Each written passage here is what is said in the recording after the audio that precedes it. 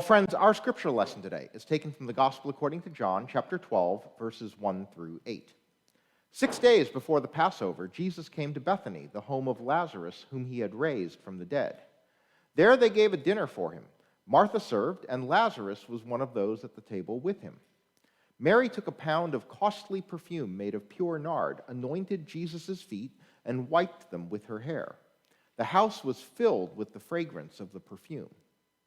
But Judas Iscariot, one of his disciples, the one who was about to betray him, said, "Why was this perfume not sold for 300 denarii and the money given to the poor?" He said this not because he cared about the poor, but because he was a thief. He kept the common purse and used to steal what was put into it. Jesus said, "Leave her alone. She bought it so that she might keep it for the day of my burial. You always have the poor with you, but you do not always have me." Friends, this is the word of the Lord.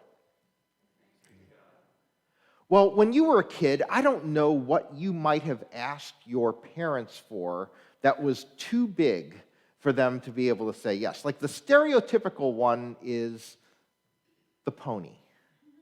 Mom, I want a pony. Okay? So I don't know if you did that. Mine was actually weird in that my too big thing that I asked my parents for was a boat. I thought it would be really cool to have a cabin cruiser, which was really weird, especially since we lived in Chicago, and I don't know how to swim. But I just thought it would be cool to have a boat that you slept on, that you could sleep on. Okay, so I thought that was cool. Now, a lot of times, you ask this kind of thing, and I know my parents, they didn't want to quash it completely, so the answer I got from them was, maybe someday. Maybe later, okay? Maybe someday. Or maybe you've said to them, like, maybe when you're older. All right? That's a pretty common one. Because one of the things that we have trouble with in our lives is a pretty simple word. We have trouble saying the word no. We have trouble saying it. We don't know when to say it. We dance around it. It's an interesting word. I mean, for example, in Asian culture, I always like to joke that we have like 17 ways of saying yes, and 11 of them mean no. All right, okay, because it just works that way. Okay, and so we often end up making excuses for it and dancing around it and not being honest about it. And this is actually a big part of our story this week, this issue of making excuses and saying no. It's a big part of our story, which takes place in the home of Lazarus. So Lazarus had been raised from the dead by Jesus, and we'll talk about that a little more in just a second. But the story of Lazarus is that he dies, and Jesus comes after he's been in the tomb for 4 days and raises him from the dead. Now, this story, or at least the story of anointing Jesus, is a really interesting one because it's told in all 4 Gospels. But the different tellings of the story are very different from one another, like way different, as in, here are some of the differences. Which house does it happen in? Martha's house, Simon's house, or a Pharisee's house? Who's the woman? Is it Mary, the sister of Martha? Is it an unnamed woman? Or is it a sinner, a woman of disrepute? Does she anoint Jesus' head or Jesus' feet? Who complains about the cost of the perfume being used? Is it Judas? Is it the disciples? Or is it just some of the people who are present? Those are all the variations. That's a lot of variations for 4 tellings of one story, okay? So one of the things that you understand is either this story evolved significantly in its various tellings in the different Gospels, or Jesus had an inordinate ability to have people come up to him and anoint him with expensive perfume. If these are all literally true, then you'd have Jesus by the 3rd or 4th one going, another woman with perfume. Why does this keep happening to me? Okay. So we have to kind of presume that this story is evolving in its telling. Now, in this particular story, it's actually the most understandable, the most relatable of the stories. For one thing, how many of you remember the story of Mary and Martha?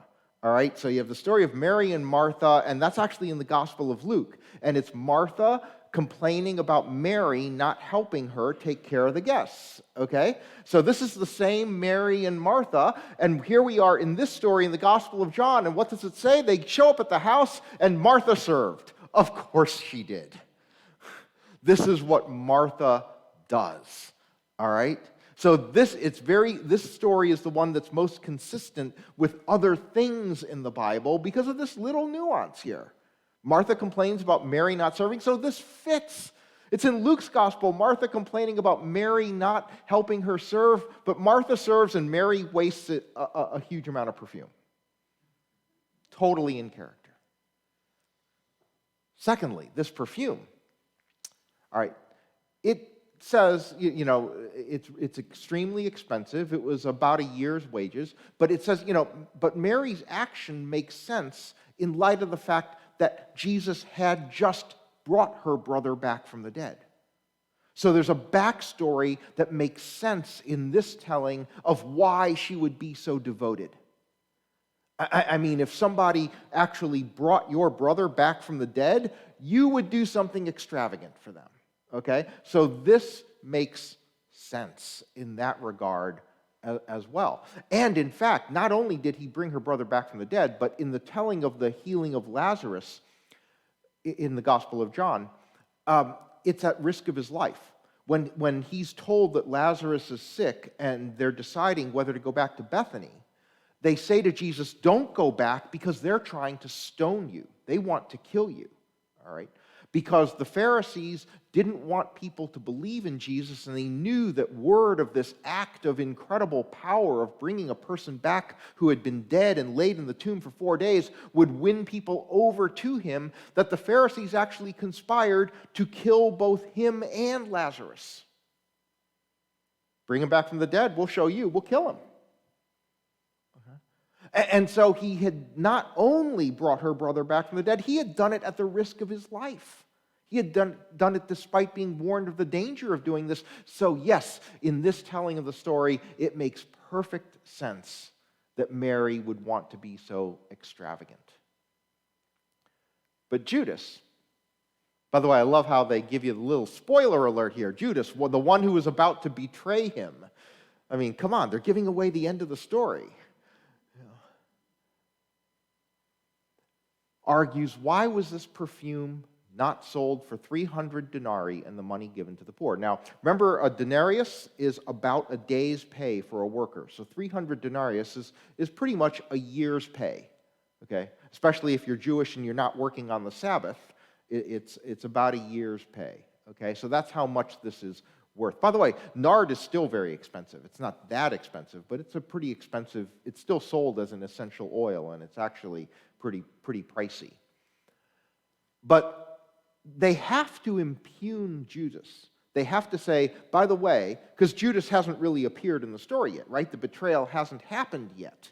And so they have to tell you that he's the bad guy. They have to inform you that he's the bad guy. Otherwise, his argument kind of makes sense. Why not? Why wouldn't you take a year's pay and give it to the poor rather than just pour it out on the ground? And so they impugn him. They impugn him even more by saying he was a thief, that he was the treasurer and used to steal what was put into it. And there's absolutely no evidence that this is actually the case. This never gets mentioned anywhere. For one thing, when Jesus goes around with his disciples, they never take an offering. They're never looking for money in the first place. After all, when they run out of bread, he just makes more. Okay? So, they never went around. Jesus was the one sending his disciples out and saying, take no money with you. Okay? Live off the generosity of the people you visit. So there's no evidence that Judas actually was this, but they do need to try and tell you that he is a bad person, and this argument is being made in bad faith. And that's the thing. A lot of times, when we argue against things, a lot of people actually argue in bad faith against them. Okay? See, what happens is it can be easier for us to hide behind an argument that we think will work rather than what we're actually feeling.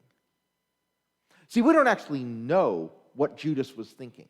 We don't actually know why he didn't want this to happen. All right. But when we argue against something, do we often simply say what it is we don't like, what it is we're objecting to? Or do we sometimes want to win so much that we make the argument that we think will be convincing, even if that's not the argument that I really believe in? Sometimes the argument is as simple as, I don't like it. I don't like it. But then when someone says, why? Instead of resting on, well, I don't like it, we manufacture things, reasons to try and justify a much simpler reason. Like if someone were to ask me, why don't you like kale? Right? I might scour the internet for an article that tells you that there are microtoxic minerals in the soil that kale absorbs, and this is why you shouldn't eat it. But no, I don't actually believe that. I'm just giving you an argument to try and convince you. The real reason is I don't like it. And sometimes a lot of people argue that way. They argue disingenuously. And that's kind of what Jesus is calling out here in Judas, is the disingenuousness of his objection. See, when Jesus says this, it's a misquoted statement that we need to unpack a bit. He goes, you always have the poor with you, but you do not always have me. Now, this statement gets quoted a lot, misused tremendously. It gets quoted sometimes by people who are arguing against helping the poor. They go, why should we help the poor? Jesus said we're never going to solve poverty, so let's not try fighting it at all. That's how this verse often gets misused.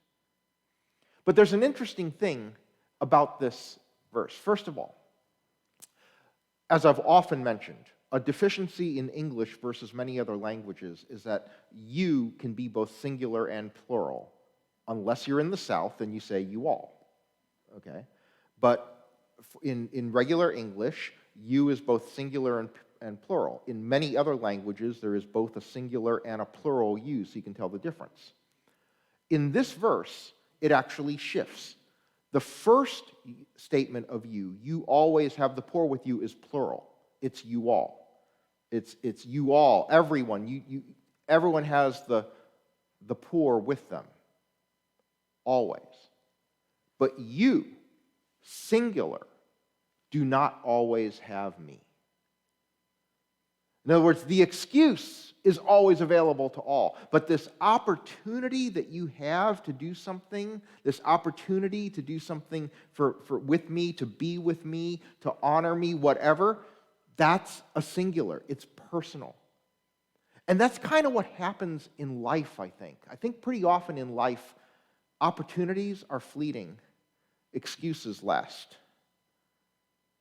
I have excuses I can use to get out of anything, and those excuses work all the time. Okay. I have excuses for not doing something until tomorrow, and that excuse works every single day. The opportunity to do something is often a one-off. I have the opportunity right now, right then to do it, and if I deploy the excuse, the opportunity won't be there. But we never like to admit that. So sometimes we always sit there and say, oh, well, we're going to do it later. The pony, when you get older. The boat, when you get older. The puppy, when you get older. All right. And it gets to the point where we're not actually being honest in the responses that we give, because we end up using later as a code word for never. Let's do lunch sometime. We should consider that idea in the future, which is generally how your boss tells you it's the worst idea they've ever heard. The timing just isn't right. But here's the thing. when is it going to be right? See, an authentic no actually has a great relationship to an authentic yes. Okay? Because when it's authentic and it's specific and it's reasoned, then you also understand what the yes would be. Okay? The Mary in the story had a clear idea of both the no and the yes in her action, because Jesus says, look, she bought it so that she might keep it for the day of my burial. And here's the thing that's implicit in that. She bought it so that she might keep it for the day of my burial. So in order to buy it, she would have had to save a lot of money, which means she would have had to say no to a lot of opportunities to spend money in order to have the money to buy this perfume. So that she might keep it, she would have had to say no to a lot of opportunities to use it. But she had to say, right? She would have had to say no to those opportunities to use it up in order that she would have it for when Jesus was there. So her yes, her authentic yes, was enabled by a series of authentic no's.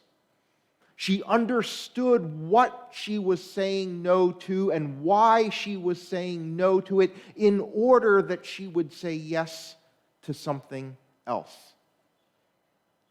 And this is the authentic interplay of no and yes in our lives. The best use of no is to make room for a yes.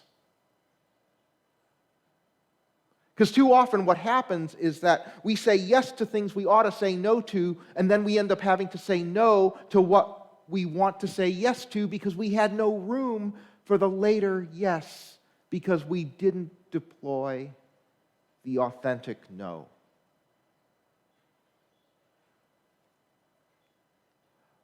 But the no can't just be based on a theoretical future, non-specific yes, because that often never comes. I've known people who've, for example, saved a ton of money for retirement, and they always said when they were saving money before, why are you saving it? Well, for retirement. And then when they retire, they don't spend it. Wait a second. Your no, the things they said no to so that they could save money and put it away for their retirement, was supposed to be in the service of a yes that never came.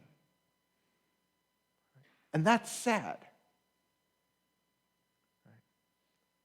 You should have those no's to make room for a yes, and then when the time for the yes comes, you can say yes with joy and with abandon.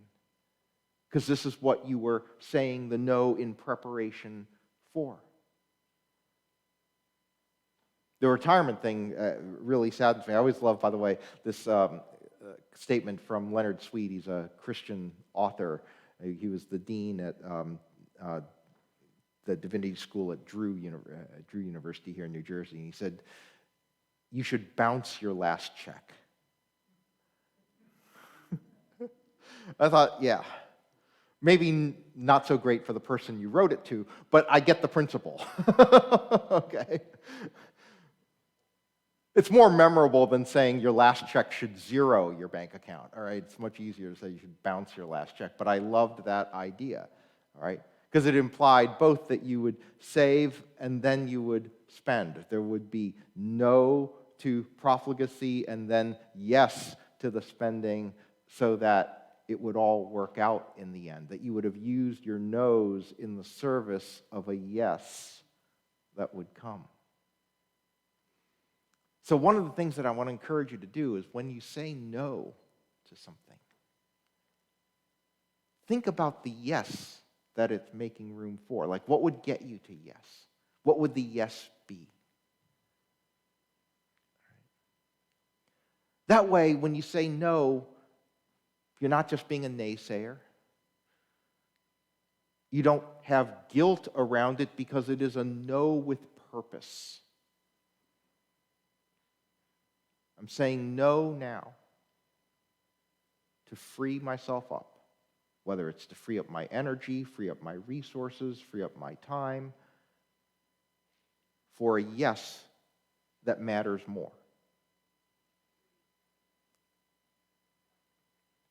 We can make no a positive thing by making it a component of our ability to say yes to what matters.